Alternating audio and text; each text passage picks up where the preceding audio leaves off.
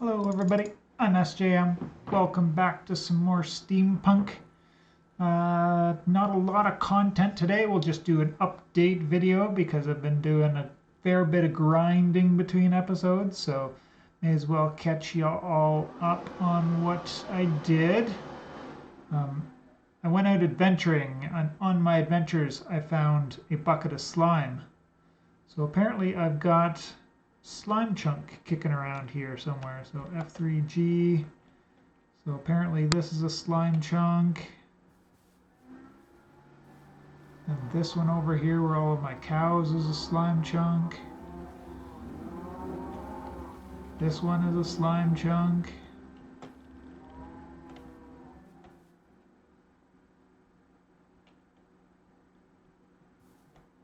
I'm about to run over a cliff here somewhere, so let's walk backwards.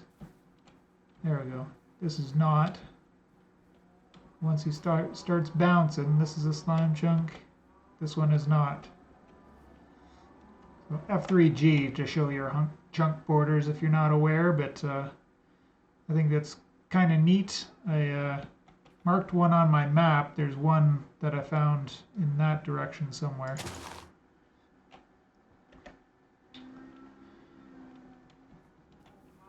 But yeah, on my adventures there, I didn't find a whole heck of a lot, but did gather up, finally got enough diamonds without mining any to make a diamond pickaxe. So then I went in here. This is, don't know if you've all seen this before, but my smelting, got some brewing stands. Eventually made a smithing table, my stone cutter, and then I got a couple of stoves with the appropriate Farmer's Delight things on them, and then the sewing table, which I haven't even started to use yet because I'm about to go in and get my diamond armor rocking now, so it'll probably be worth to use the sewing table at this point. But yeah, I went in, did the whole enchanting thing, and I ended up getting an efficiency 4, fortune 2, unbreaking 3. Oh, this one's already enchanted. This one's not enchanted. There's some mod in here. I'm not sure which one is doing it, but you can re-roll your enchantments. Costs you a lapis and 5 experience points.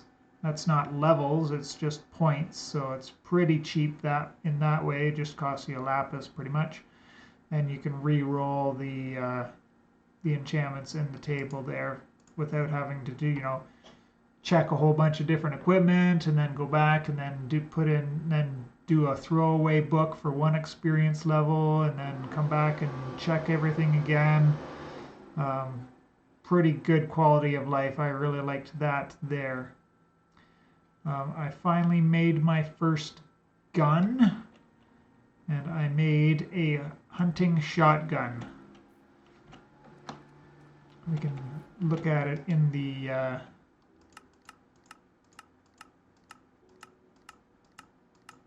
table here because it's a little bit easier to see some of the things. And did I go the wrong way?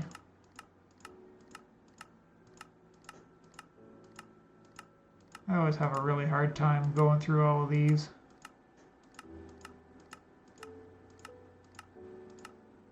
But I thought it had decent damage and only 8 shots per clip or in it at a time, but that, I figured that would be good enough. Only cost 24 iron ingots, so it was pretty cheap to make. And 18 damage, and then 8 ammo at a time. So I thought that was a pretty good beginner gun to go for, because some of the other ones have some pretty ridiculous requirements, like you need the scorched bronze, which is a rabbit hole into itself, rivets, which are a rabbit hole. Iron gun barrel's pretty straightforward, but some of the things in there are things, and then we need scorched shells on top of that, which again we need more scorched bronze. So some of these aren't super obtainable real easy, but not too bad overall. And then the ammo is pretty cheap as well. It's a little bit more expensive than a a regular bullet, but not too bad at the same time, right? So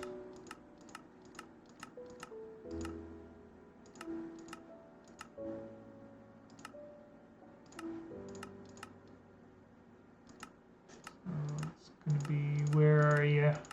Shells.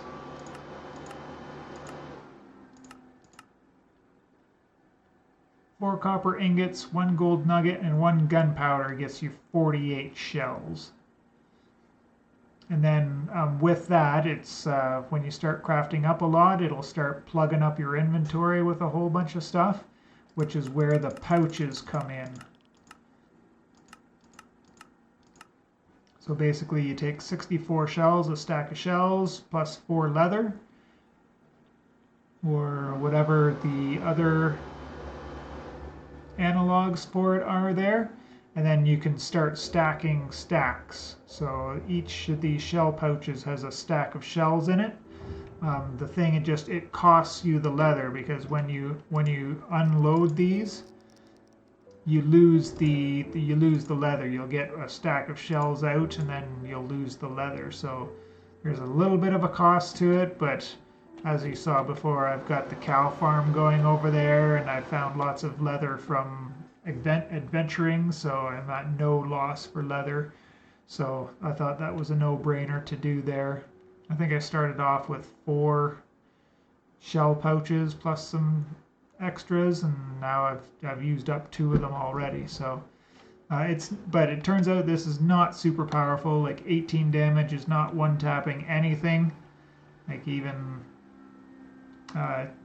it's a ranged weapon, so it's not going to work on the Enderman that we got over there. But if we go over and take a look at this Meacher, if you're playing the pack, you're probably familiar with these guys already, but they're not that tough. But this thing,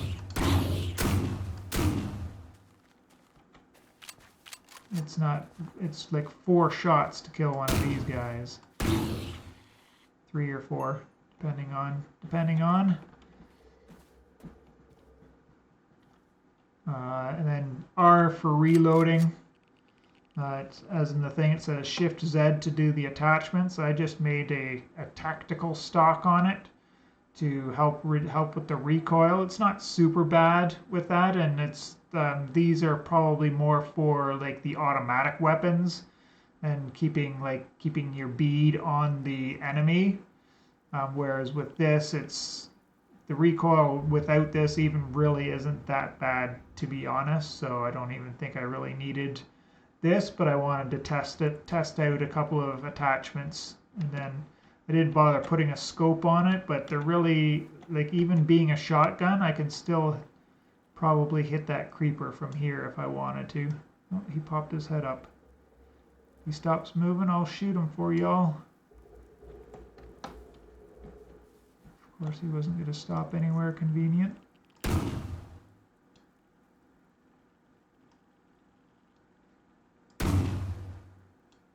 It does not go that far, in fact.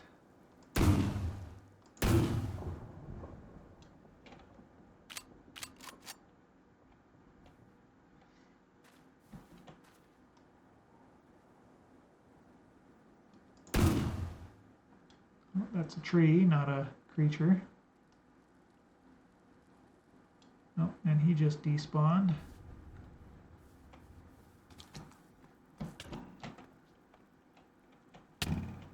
Wait, oh, he's a ranged guy. I'm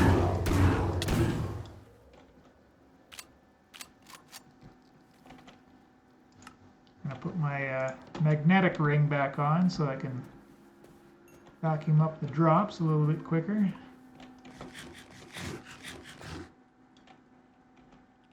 And I need some healing food.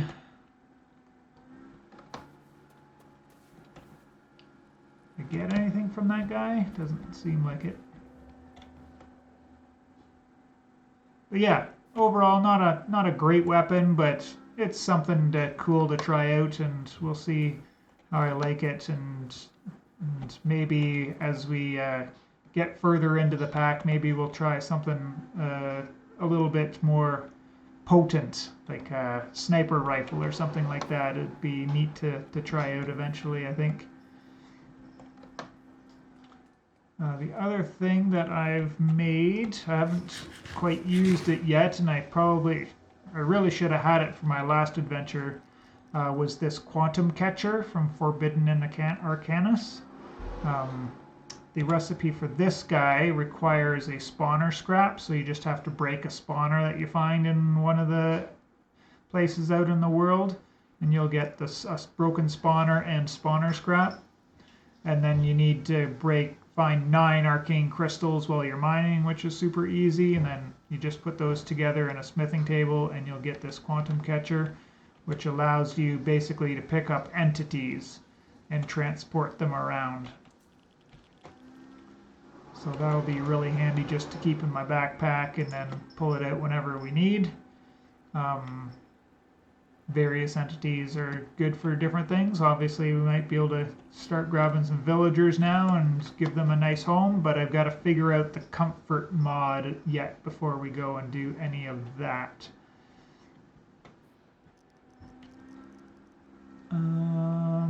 Oh yes, so I did all my base decorating, so we can see now we've got a varied palette of granite all over my walls here. And then these north-south halls I did in just stone bricks. And then for the varied blocks, I just made myself a trowel. Super easy, just a stick and 2 pieces of iron. There's no durability on it. You just put the blocks that you want to mix up on your hotbar. And you just use the trowel and it'll randomly place blocks. Like doesn't do it in any kind of equality whatsoever, but it'll just place them all randomly to save you from scrolling back and forth and figuring anything out. Just no-brained the whole thing so far. So obviously we need to get some more granite, but to finish everything off, but I'm not worried about doing too far down there for right now. Found a couple of these Sakura lanterns in a ninja house. Think this is kind of neat. And then the other one, I think this might even have a functional purpose, but it's called a safety lantern from Thin Air. So maybe if you have one of these on you and you're offhand or something and you go below Y -2 or something, it'll probably dim to let you know that you're running out of air. I haven't tested that theory, but I don't need to, obviously, because we've got the back tank going already here. I think that was it for all of that stuff. Yeah, the sewing table. Really simple, just 3 wool and 6 planks to make that guy there. Yes, I did attach a brass funnel to my iron making machine over here.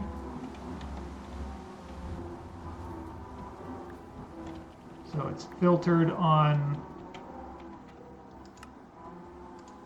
flint, obviously. So whenever flint lands in there, it gets sucked out and thrown into the lava. So I don't have to worry about all rows and rows of stacks of flint that were in there before. So that's a little quality of life. Just needed a brass funnel, which was they're not too hard. You just need to have the rose quartz for making the electron tubes, which is just taking one of the raw rose quartz, either making it or whatever, or you don't need to use the deployer.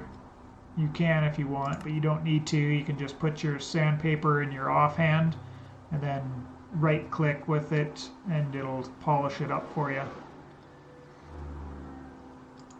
Still have yet to go to the Nether with my flying machine. I've just envisioned myself flying around, landing somewhere, and then dying. And then I'm without my flying machine and all of my stuff. So maybe we'll get some decent armor now that I've been down and I did a whole bunch of mining. So I've managed to grind out enough diamonds so that I can make a set of diamond armor, so we'll be doing that between episodes and getting that enchanted up. So hopefully that helps me out there, because I'm still dying a lot out in the world, and that's, you know, wearing my full armor stuff. It's not enchanted by any stretch, but at the same time, like, yeah, two to three shots from most enemies will kill me, so I'm kind of scared to go anywhere really. I did make one of these sophisticated storage barrels. So that guy is here, and there's a really weird texture. And if we just open this guy up and take a look inside. Do I need an empty hand? Oh no, I've got to click down here where the texture isn't broken. You can see it's got 1500 in there, and it's 65% full, so about 2/3. So what, another 700 or so can fit in there, so 2300 storage in a barrel. And it's, you know, pretty cheap as well, right? Just costs a redstone torch, 7 planks, and a slab. That's not bad at all, I guess. I did make a rotational speed controller, so again with the precision mechanism, not too hard. And then I got this room all sorted out now for how I wanted it. So I've got the windmill hooked up top, coming down to the rotational speed controller. I've got it at a modest 32 for now, just don't need it any higher. It makes it using the deployer a little bit harder if you speed it up too much, as well as setting up a bulk blasting and a bulk smoking setup over here. And then I just have to finish off with the last two. I thought there was only the third one for washing, but then I realized that there's the bulk haunting as well, so we'll have to extend this one over one more to accommodate the soul campfire for doing the haunting when we eventually get there. And obviously one open spot there for doing the back tank, and then this is, I needed the vertical one here to hook together up top there. I'll just give you a sneak peek. I did it with a belt going between those two there to get the mixer hooked up over on that side there. And then now I've got depots underneath this guy, so it's easier to do the stamping.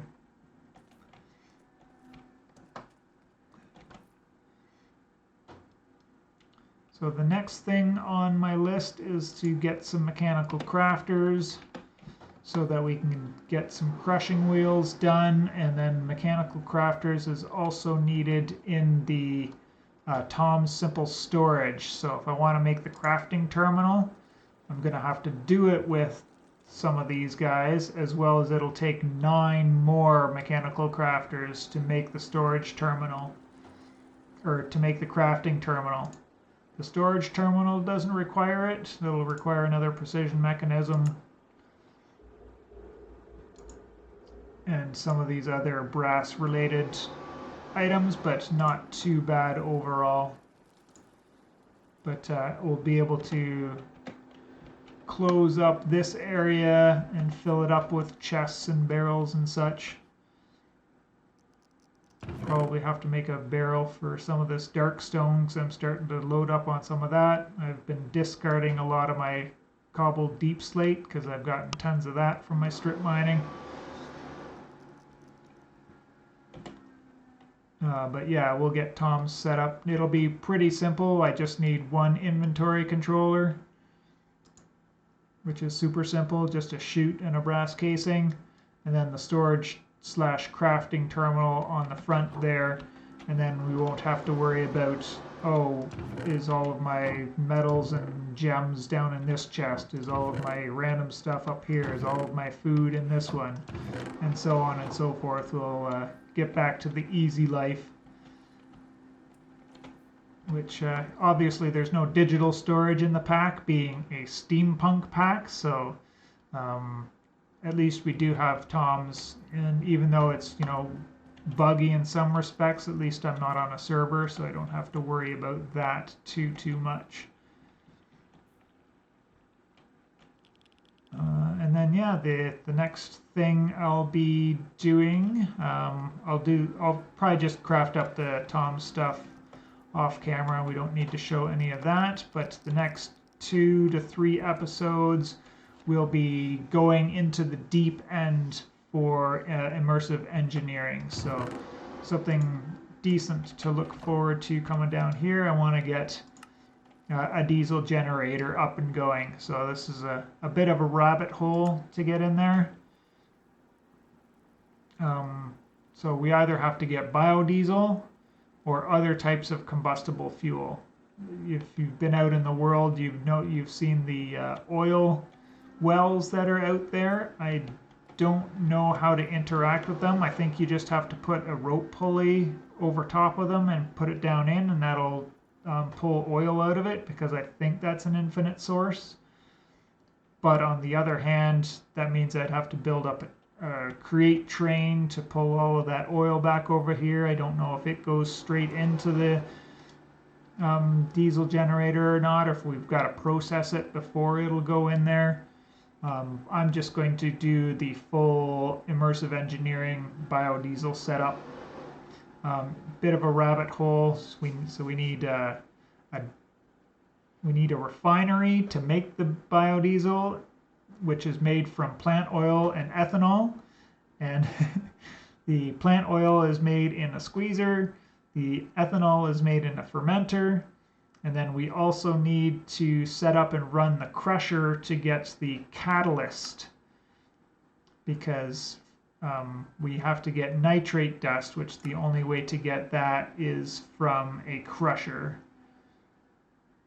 Nitrate dust has to be made in the crusher. So we'll actually have to temporarily power this before we get our big power system online. So I've got an idea for that. I'm not doing a boring windmill, watermill, wait forever for the power to build up just to run this for 2 seconds to get a piece of nitrate out of it. We'll use my old standby favorite from days of yore when immersive was in everything everywhere.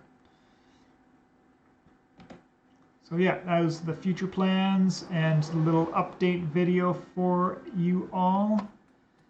Got lots of creosote built up here if I need to. Get some more steel blocks, but I think I'm at 6 steel blocks for now, so I think I'm good on that. So we'll should be able to get quite a bit of the stuff crafted up, starting with the engineer's workbench. Just a bunch of treated wood stuff to get that guy going, and then he'll be able to make all of the components a little bit cheaper. But we'll go over that in the next couple of episodes. So without any further, it's still summer out here. It's like 34, 35 degrees all the time out here.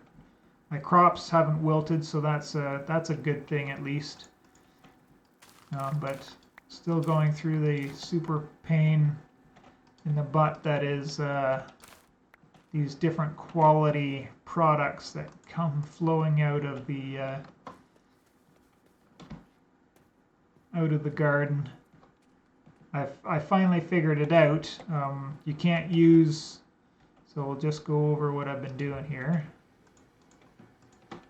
So I've been chopping up my beef and chopping up my lettuce and just making cabbage rolls, because it's a super simple recipe.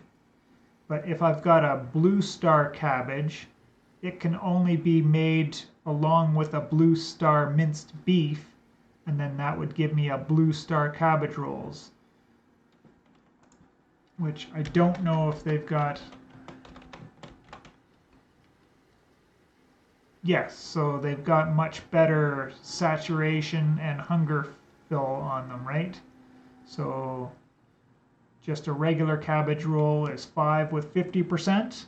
Then if you've got a silver kind, you get 6 and 62, 8 and 75, and then 10 and 100%. So you get better food out of the Qualities Delight mod, whatever it's called. Not a fan of it with how much it plugs up my storage. Like, look at this ridiculousness. That's so much of this stuff, which I think is just garbage.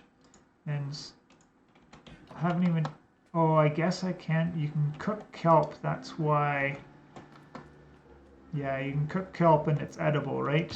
So I guess that's why we've got that. And obviously with the industrial hemp, we've never got any of it because it's not edible at all. But the rice, apples, potatoes, all of that stuff. Yeah, thorn in my side. I will not stop complaining about it just because of this situation here. But that's going away when we get Tom's up and running. Anyways, that's my ramble for this episode. I hope you all enjoyed. I appreciate you all, and we will see you in the next one.